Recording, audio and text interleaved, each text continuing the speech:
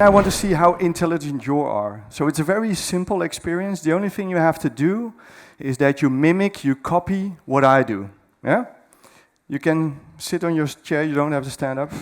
So the first thing you do is you put your arms in front of you. Yeah? Okay, everybody with me? Okay, then you. Oh. This is the only way how I get my applause, you know. It's it's not my keynote, actually. Okay, so now we thumbs down. Thumbs down. Okay, everybody thumbs down. Okay, also in the back, yeah. And now you move your right arm up and left arm down. Oh, I see people already like, oh, right arm. You shouldn't drink that much the evening before. You know, that's.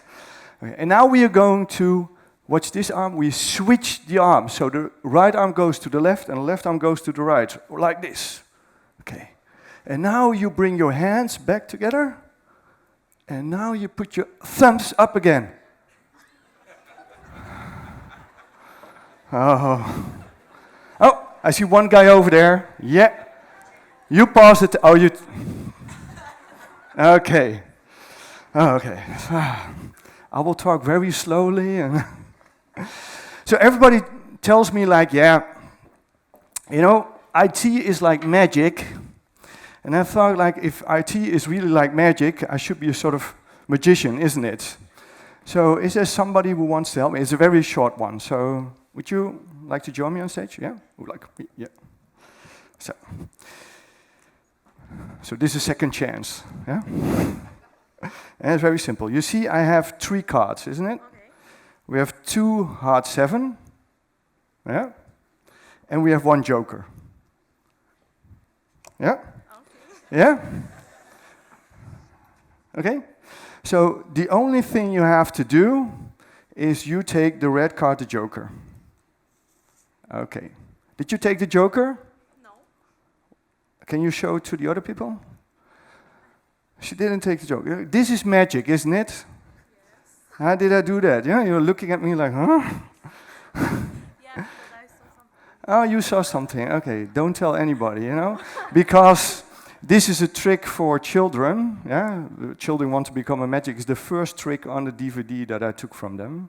But you didn't see it, isn't it? Yeah, and don't tell anybody. Thank you very much. Applause for her.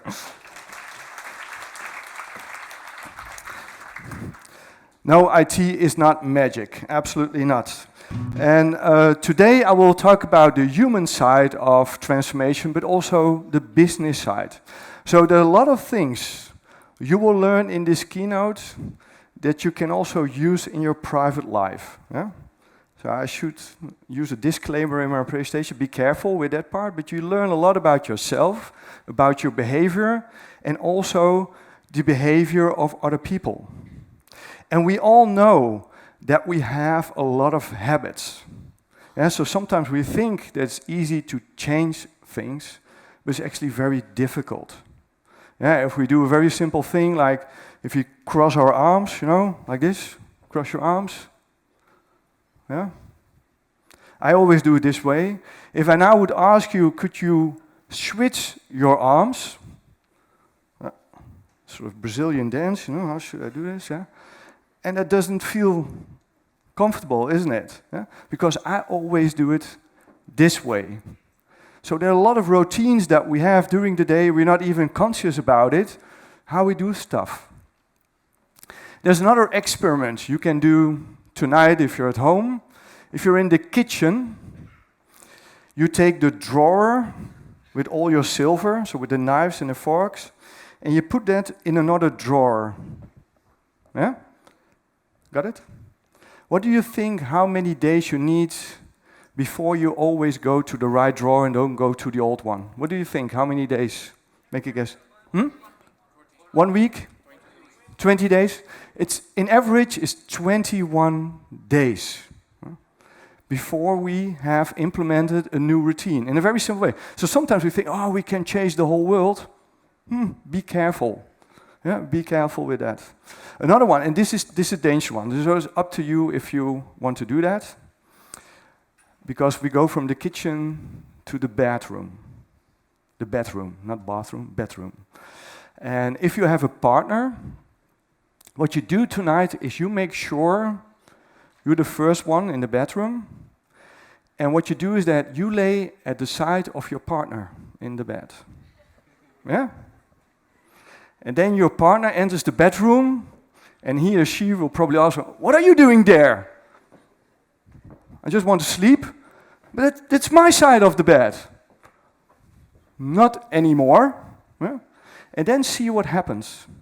There's even a lot of science that 99% of the people, if they stay in a hotel, they sleep at the same side of the bed as they do at home. I also do that. So we have a lot of habits. And you probably heard it from my voice. I come from the Netherlands, yeah, from Amsterdam, and we love bikes. So we did an exercise with a bike. Here you can see, and what we did is that we modified the bike.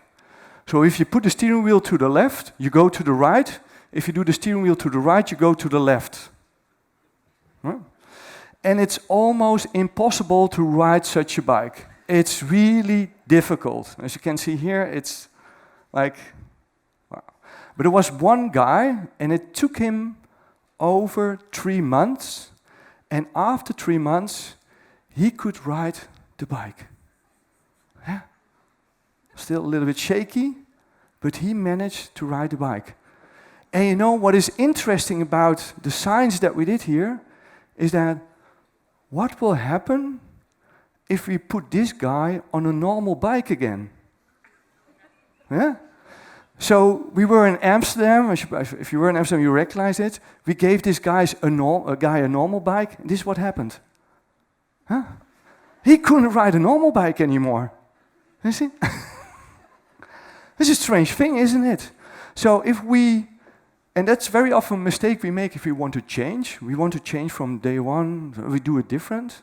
No, a very smart way is that you implement new routines that override the old ones automatically.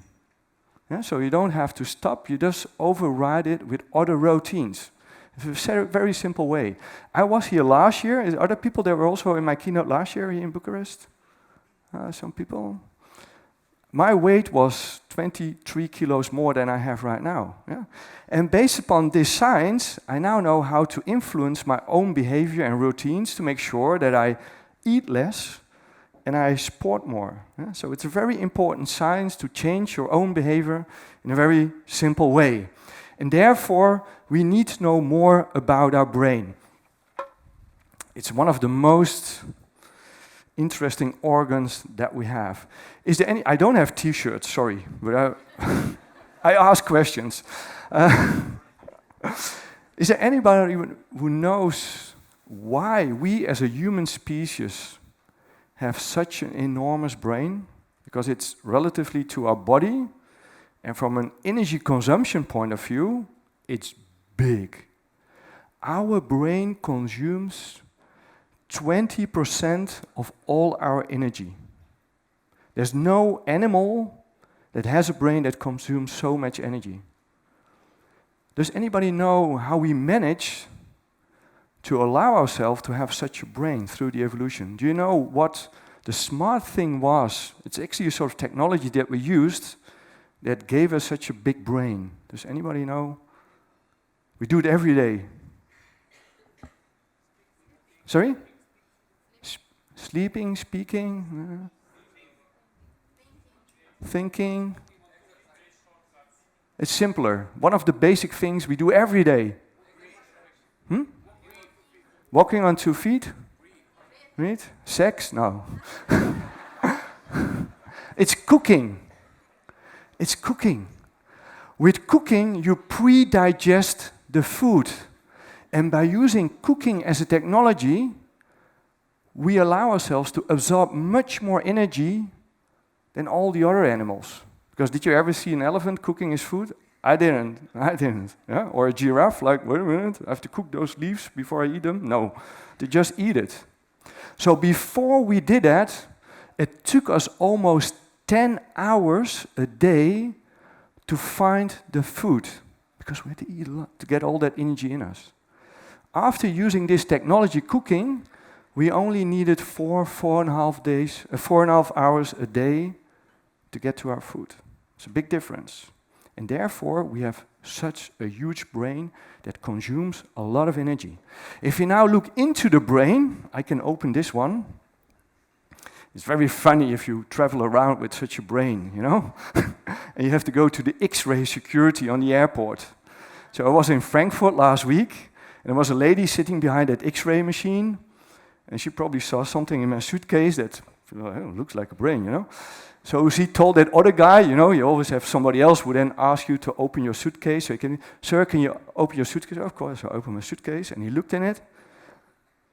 And he then looks to the woman behind the X-ray machine. Indeed, it's a brain. What? It's a brain? Yeah, that guy covers a brain in his suitcase. Yeah, I do. Okay. So if I open this brain, you see there are different parts. And if there are neuroscientists in the room, I know we don't have a reptilian brain, I know, but it's a simple metaphor to explain and to understand the behavior based upon some neuroscience. So the oldest part in our brain is what we call the reptilian brain. What we share with reptilians is the brain stem and the cerebellum. That's the oldest part.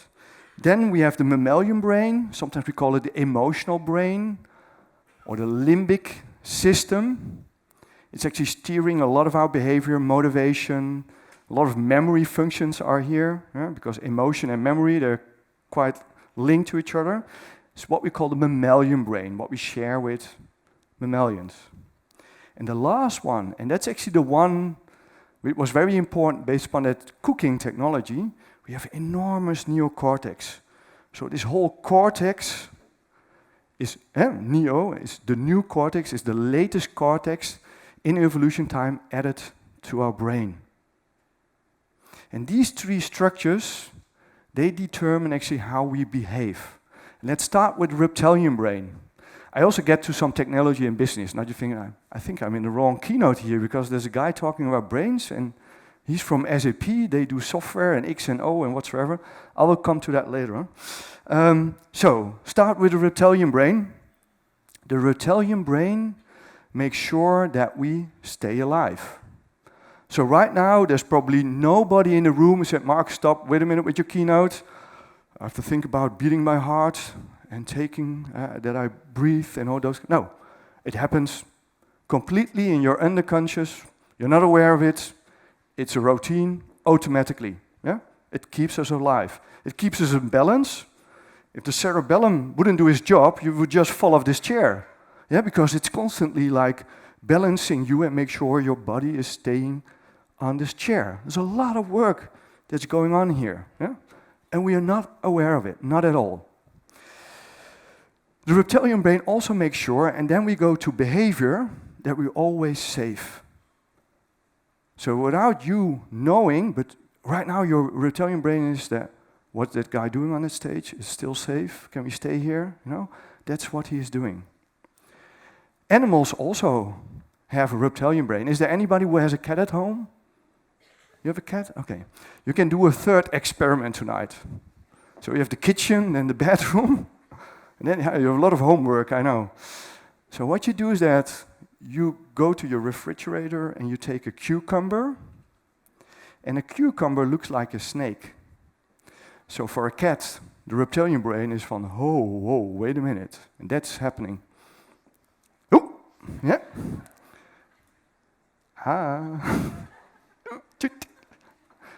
So this is your reptilian brain in action. If he scans, it's not about, oh, let's think about what that could be. No, it's better safe than sorry. Get out of here, and maybe later on you say, oh, it's a cucumber. Yeah? So you don't control this function. It's just happening. Look at this video. Throw it maybe, don't be so close. Not on the lamp. Stand more back. Yeah. See? That was your reptilian brain, you know? You were like, huh? It's that simple to influence behavior, you know? So, all okay? She almost fell from a chair, you know? I was like, I said, I need a disclaimer in my presentation, you know? Like, Okay. And also men, you know, men, we are curious people, so we do bungee jumping. Everybody did bungee jumping in the room?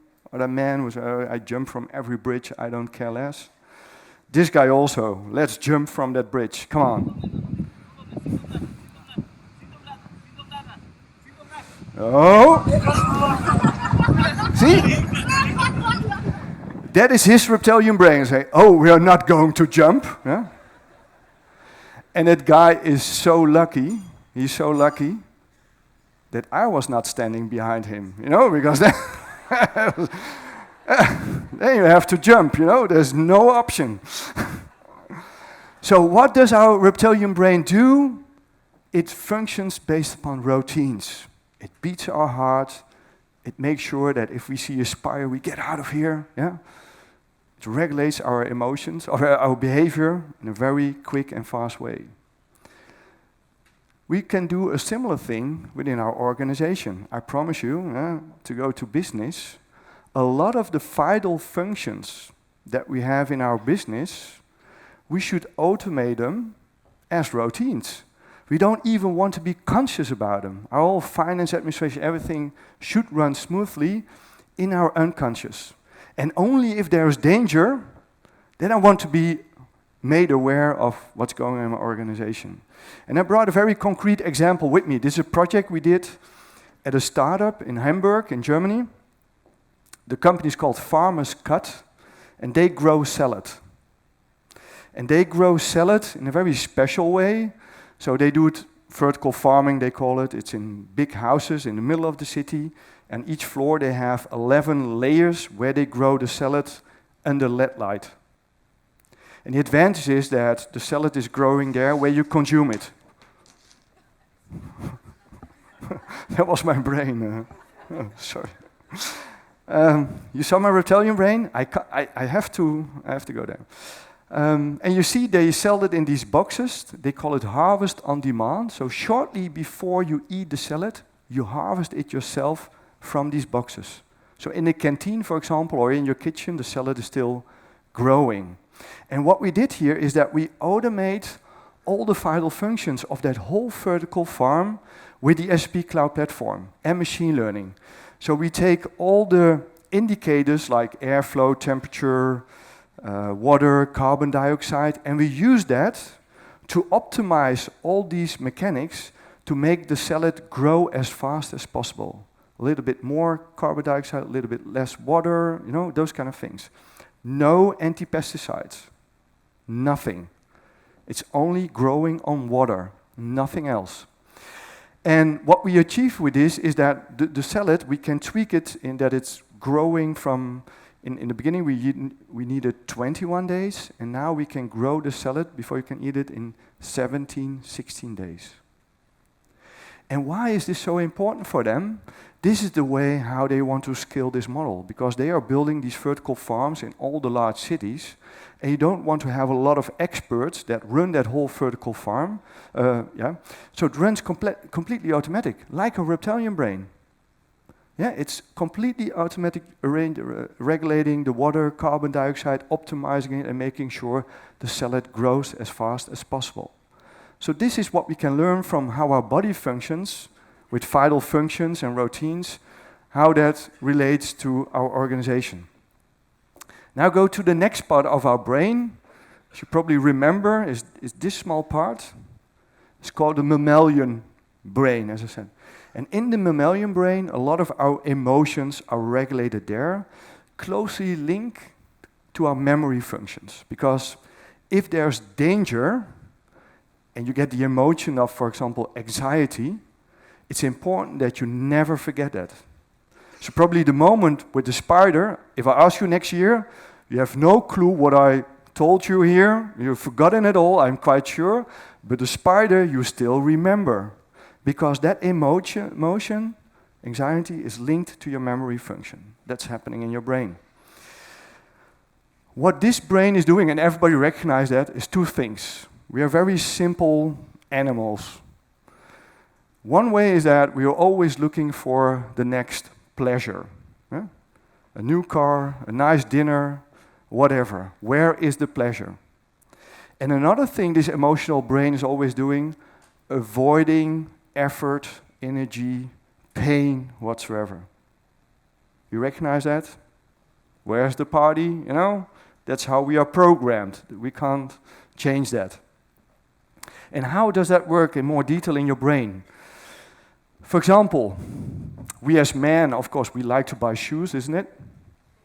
No. I was in Austria and the guy said, hey, you're wearing Floris van Bommel. That's a Dutch brand of shoes. Yeah, so that was the first man who made a comment on my shoes. Yeah. So, but as men, everybody knows, men like shoes and we buy shoes. And you know how that works? If you're in a store and you see beautiful shoes and you want to buy them, a G-spot in our brain, yeah, it's called the nucleus accumbens, is triggered by dopamine. And we get a great feeling inside. So if you look at the shoes and we anticipate on the fact that we could wear those shoes, we get a lot of dopamine in the nucleus accumbens and we get motivated to buy those shoes. And if we then look at their shoes and, oh, they're so nice, and then we look at the price tag and we turn it around, ooh, 699 euros. That's a lot of money. I don't know what it is in your currency. 699 euros. What then happens is a lot of dopamine is released in your insula. And your insula is responsible for risk perception and gives you a physical feeling of pain. So at that moment you feel pain like somebody's hitting you. It's exactly the same. And then the balance between these two areas decides whether you're going to buy the shoes or not. Not your thinking or whatsoever, it's just happening somewhere in your unconscious emotional part of your brain. And if you then walk outside the store and you bought the shoes, then you start making the rational decision like, yeah, I mean, it's a lot of money, but next week I'm at the SAP Now and it's an important presentation. I should wear nice shoes, so that's the reason I bought them. If I didn't bought the shoes, I walk out of the store and say, 699 euros, I have so much shoes in my wardrobe, I don't need them. So we always come up afterwards with a story why we behave how we behave. But it's afterwards, it's not before. So how works motivation? Because motivation is one of the most important things you can actually influence. And motivation works especially with dopamine. I don't know if you, from today on, follow me on LinkedIn, because yesterday I eat a lot of bananas. And bananas contain a lot of L-dopa. It's actually dopamine, yeah? Or avocados, if you like them more, they also contain a lot of dopamine. So what does that do with you? It gives you a good feeling. Yeah, you don't need cocaine, just eat more bananas. Yeah. It's that simple. Yeah, that told you a Dutch guy, you know. It's so. Can you cut this out of the video because it's? You remember, and that's important to understand motivation. The first time, and you recognize it probably. If something happens to you, it's really nice. It's important. Where's the first time or the 10th time? So the first time, it gives you really great feeling. The 10th time, okay, we know this, isn't it? We all recognize that. And that's part of your motivation system. Because how it works is that, like, as a child, I hope you like cheeseburgers. As a child, the first time I got a cheeseburger was like, wow, oh, that tastes nice. And what happens in your brain at that moment, if you taste a cheeseburger the first time, you get a lot of dopamine in your nucleus accumbens, in your G-spot. So you feel excited. I want to have more cheeseburgers. And what your brain is doing is that it starts learning how to get more cheeseburgers or how to predict, because your brain is a big prediction machine, it starts to predict how can I get 2 cheeseburgers. So what it does, it goes back in time and starts learning what were important indicators that led me to that cheeseburger. For example, before I ate that cheeseburger, I saw a McDonald's logo or Burger King's. I got the smell of cheeseburgers in my nose. And now the brain does something very smart. Because the next time I eat this cheeseburger, I don't get the dopamine anymore. I only get endorphins, so I still like it. But I already get the dopamine at the moment I see those indicators. So at the moment I see the McDonald's logo, I already get dopamine. Yeah? I get motivated. Where are the cheeseburgers? So that's how our motivation and reward system works in our brain with dopamine. You can influence with cocaine if you want. Don't do it. Yeah, because it stops the recycling of dopamine, so you get much more dopamine in your synapses, so you feel great, but it's not a good way to do it. Eat bananas. This counts for everyone and everything. So I don't believe in the whole generation discussion, like we have millennials and X and Y and Z. I don't believe it. I have 3 children, they're all in the same generation, and they're completely different. So I don't believe that. Of course, we grow up in different worlds. I believe that one, but I don't believe in generations. So it counts for everybody, everything. So everybody in this room has this dopamine system, if you want or not. The only thing which differentiates us is that the one gets dopamine from shoes, the other one from cheeseburger, the third one from climbing the Himalaya, the fourth one from a big career. So how it is actually converted, that's different for every human being. But the system behind it is the same for everybody. Isn't that interesting? A friend of mine is a neuroscientist. He taught me this. We should do this in school. Every child should understand how we function, isn't it? Okay. Sorry, that's my... So our brain always takes the shortcut. I said, where's the pleasure? Avoid pain. Always the shortcut. So we are lazy. And lazy is a good habit. Because through the evolution, you have to save energy. Yes, you don't have to spoil with energy. So if you can be lazy, you should be lazy. And I am lazy. I can tell you, I am. Especially when I'm on the toilet. And you think, oh, where is this story going to end? So at the toilet, there are 2 buttons. And to my opinion, from a neuroscience perspective, this is a wrong design. Why? Because if you want to save water, you want to have the people press the small button, isn't it? And why is that a small button? Because my mammalian brain is lazy, it always pushes the large button. You recognize that? Easy. Where's the small, the big one? That's how we do it, because we are lazy. Although there was one customer, and he knew this story of me, so he felt like, I can't change this design, so he put a label on that small button. So I visited him, and I saw that label, and to be honest, that was the first time in my life where I thought, okay, Mark, you put the effort in to push that small button. So that was the first time in my life I pushed the small button. And I actually pushed it twice to save 100% of water, you know? Yeah. Yeah. Dutch smartness, you know? So, if you want to sell computers, your mammalian brain can't cope with this. This is like, huh? Maybe 3 choices, something we can handle. And what marketeers know, are there marketeers in the room here? People that work for marketing? Yeah. So you know this probably. So, yeah, it's actually a whole branch of neuromarketing. It's like, how can we influence, based on neuroscience, the decisions people make here? And it's very simple, actually. Because now I have 2 options. So forget option B. I have 2 options. Option A, 512 gigabytes laptop, 799 euros. Okay. And then we have 2 terabytes for 11.99. So it's up to the type of computer you need. If you use it every day like me, I would go for the 2 terabytes, 11.99. And maybe, I don't know, my daughter would say, okay, Daddy, 512 gigabytes, it's more than enough, 799. But if I now want to influence that there are more people, regardless of what they need, choose for option C, there's a very simple thing you should do. You add 1 option, option B. And what you do with that option is the following. I give you some time to think about it.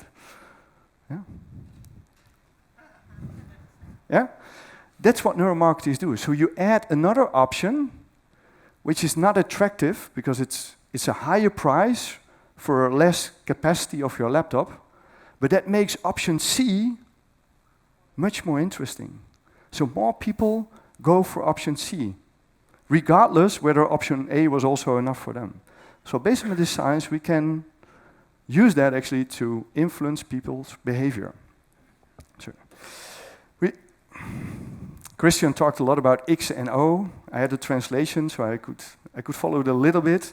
He talked about the experience economy. Because if we talk about the experience economy, it's all about our limbic system, our emotional brain, our mammalian brain. And how I always explain, I will do it very quick. What is the experience economy? And this is a personal story again. I drink a lot of coffee. You have any idea what a grower in, let's say, Brazil, whatever country, gets for 1 cup of coffee? So he has to harvest all those cherries, he has to hull and dry them, he has to figure out only taking the red berries and not the green one. What do they get for a cup of coffee? What do you think? 1 cent, 2 cents, in average. 2 cents for a cup of coffee, and they have to do a lot of work. Then we go to the next station in the supply chain. That's Hamburg, where those big bags of 60 kilograms with all those berries come to the harbor, and they go to roasting houses. They add around 500 aromas to those small berries. They get 10 cents for a cup of coffee. And now you drink a cup of coffee after dinner, like in a regular restaurant. What would you pay? I would say in Germany, €3.50, something like that. Now we increase the experience. And Christian, you should be honest, Christian wrote my name on the first slide yesterday evening with a C, and it's marked with a K. If I go to the Starbucks in Utrecht, close to Amsterdam, they know exactly what I drink, they know my regular order, and they put my name on the cup, and they write it with a K. They know me, yeah? And then I pay €5.25, yeah? For such an experience, isn't it? And then back to my children, my daughter. Now she stopped her studies, she's done, she graduated, but before summer holidays, she had a week off.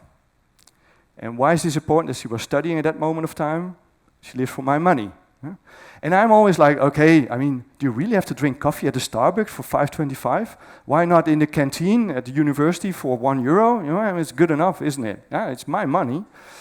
And yeah, it's €5.25, you know. But in that week, she was in Venice. And I had her on the phone. I said, hey, where are you? Oh, I'm in Venice. I said, oh, you're in Venice? Oh, and where are you in Venice? Oh, I'm at Café Florian. Café Florian. Do you know Café Florian? Yeah, you know?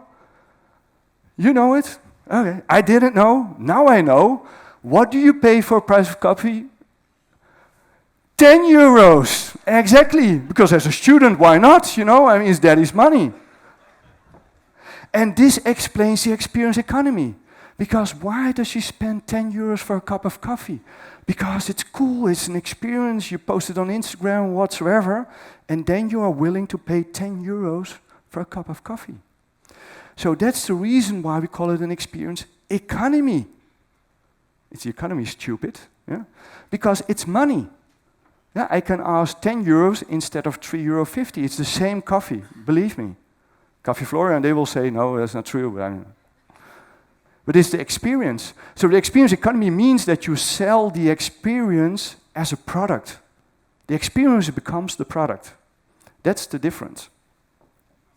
So it's all about feelings. Christian talked about the gap. Yeah? 80% of the CEOs say, we deliver a perfect experience. You know what? 8% of the customers agree. Yeah? So there's a big gap.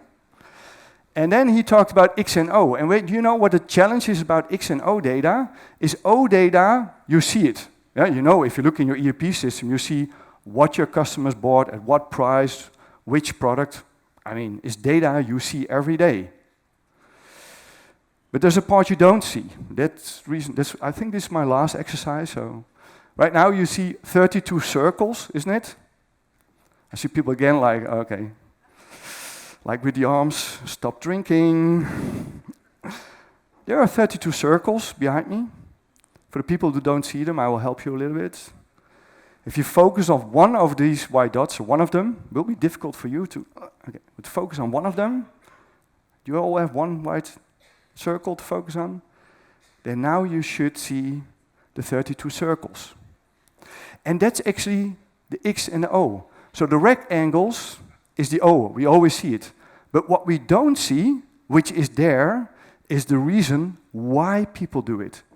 Why is my daughter paying 10 euros for a cup of coffee in Venice? Why? And that's the question we try to answer with experience data. Because if we know that, we can maybe ask 20 euros if we enhance that experience. That's the economy. So it's a combination of X and O data. Sometimes that goes wrong. We all remember, I think, United, you know? David Dow, you remember? It went viral. The product was not good. The product was that we always overbook our planes. So we have more passengers than seats. Okay, that's the product of United. What does that mean? That you get frustrated employees. Because imagine you're at the airport, you constantly have to explain to passengers like, sorry sir, yeah I know you booked a seat, but we don't have it anymore. What do you think what happens with the experience of an employee? Yeah? You get frustrated. And it went to such a dimension that employees said, okay, go into plane and suit yourself. There's no seat. So people did it. Yeah? And there was one guy, that was David Dow, and he had a seat. He was sitting on that seat, and so, this is my seat. But it was overbooked because there was an employee from United who also needed that seat to commute to another airport. And this is actually the videos that we saw, that security had to take him out of his chair. His head was stuck against the armrest of the chair, so he was unconscious where they threw him through the aisle, and people were filming this. You know what this for customer experience is? This is a customer experience, you know? I mean, you will never forget this one. And then the CEO of United said, yeah, it's all about, it's the customer's fault because he was aggressive. He wasn't, because people filmed it, and later on. So it had an impact on the brand experience as well. So it's not only about customer experience, it's the connection between product experience, employee experience, customer experience, and brand experience. They're all linked to each other. And there's actually the competitive advantage. So if we focus on filling that gap, we can make more money. It's that simple. And how do we do that? I have one example on how Qualtrics, which is an important mechanism to get at those data from experience data. Here you see an example, like you see an average customer journey with its touch points, like a website visit or in-store, online purchase, a returns process whatsoever. And we can drill down through all that experience data. So here at one overview, we see that there's a very negative sentiment on our returns process.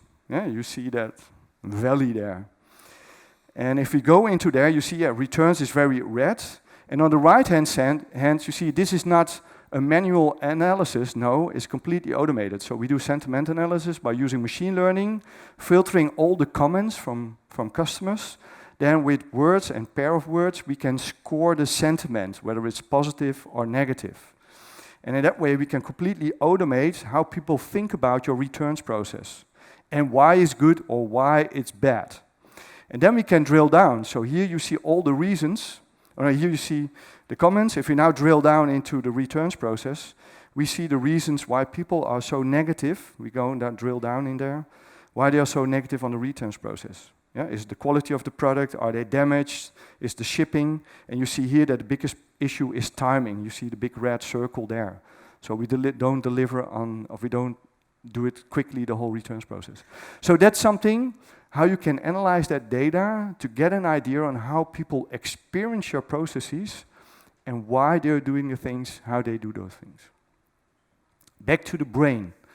We're almost at the last part now, which is the neocortex, that big part. And as I already told you, there's two things. One of them is a storyteller. You remember the story of the shoes?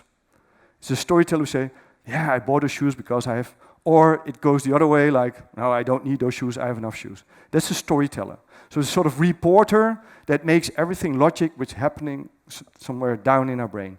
This is the conscious part of our brain. It's important because it can plan in the future, it can think, it can be creative, it can imagine things which are not there right now, but it can imagine how it would look like. This is what we do with the neocortex. So it's all about thinking. And there are a lot of tests, what we call delay gratification. I already talked about the motion of the motivation system. This is a test they do with children to see how good your neocortex works. Because if you would give it a marshmallow, the reptilian brain is like, oh, we are hungry, we want to have food. The mammalian brain is like, oh, a marshmallow, sugar, eat. And the neocortex has a sort of veto. And what they did with these children is that they told them, like, if you don't touch the marshmallow for 5 minutes, you get a second one. Yeah, it's mean, eh? Delayed gratification. And if you think about that, yeah, it's a good thing to wait for 5 minutes. And this is what happens. So if you have a good neocortex, which is fresh and has a lot of energy, then it will wait for 5 minutes. You see what happens with children if you do that. Ta-ta-da.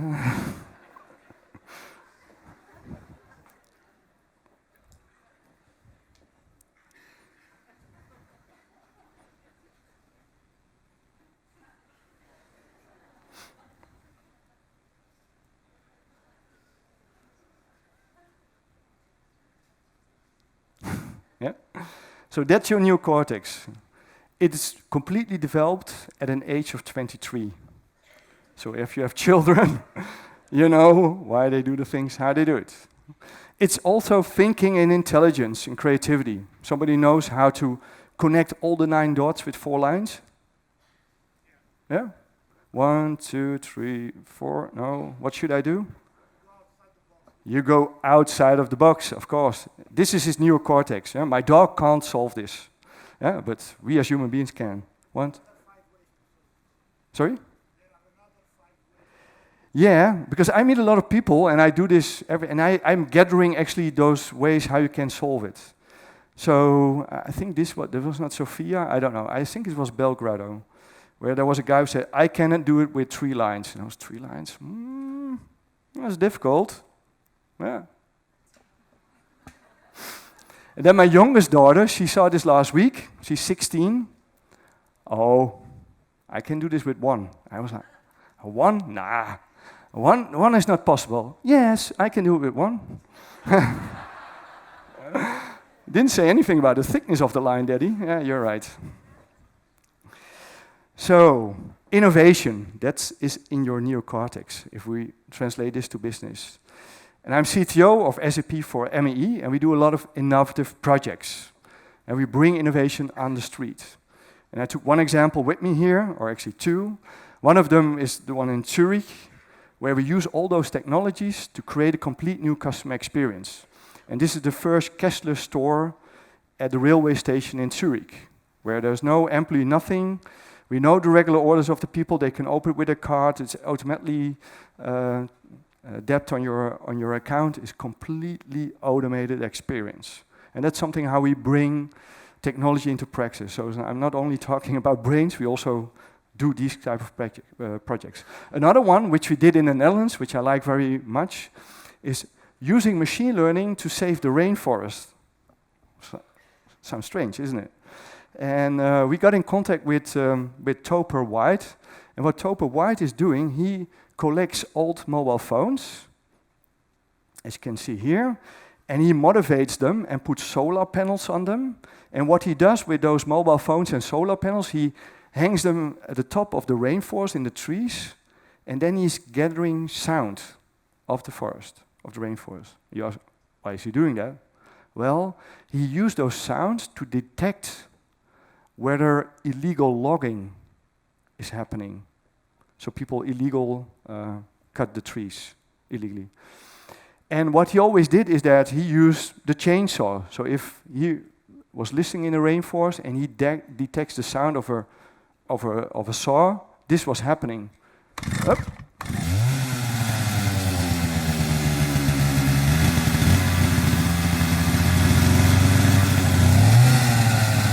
signal goes to the rangers, and the rangers can then arrest the people who did the illegal logging.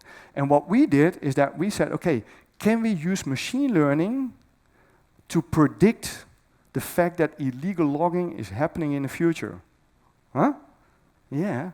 And what we did is that we didn't only take the sound of the saw, we took the sounds of all the animals in the rainforest. Because he collected those sounds for over years.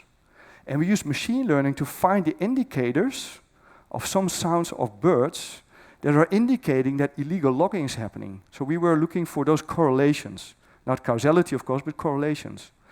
And we found one. So we found a sound of it's a sort of parrot. It's called the macaw, flying through the rainforest. And there was a very huge indicator between the sound of that parrot and the fact that illegal logging was happening in the future. And we thought, huh? How is that possible?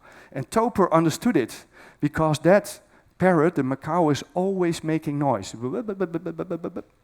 And the moment he sees something in the rainforest happening, he's quiet. And that's what we detected with our algorithm. So that's what we now use to predict illegal logging. So we are sensing the sound, and we are listening to that parrot. And if he is quiet, we know that we have, I think we are now around 85, 86%, that in 5-6 minutes time, illegal logging is happening.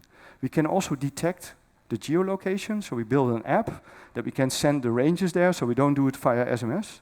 And that makes sure that they are 5-6 minutes before illegal logging is happening, they are there to arrest the criminals. Isn't that cool what you can do with technology? Huh? You can be a little bit more enthusiastic. I mean, come on. I mean, yeah.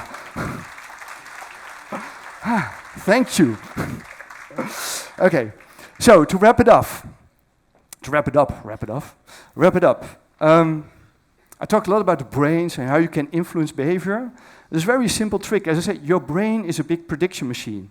So whether we want to do it or not, we're always predicting or try to predict the behavior of other people. And this guy is using that to his advantage. He's a football player. He wants to make a touchdown.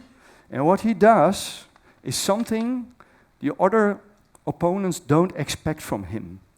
So he takes the ball and he very slowly walks away. And the people say, what's he doing? And then he runs. Huh? And yeah. Touchdown. Huh? So once again, everybody thinks, of course, like he's running like hell because everybody's doing that. But he just and then yes.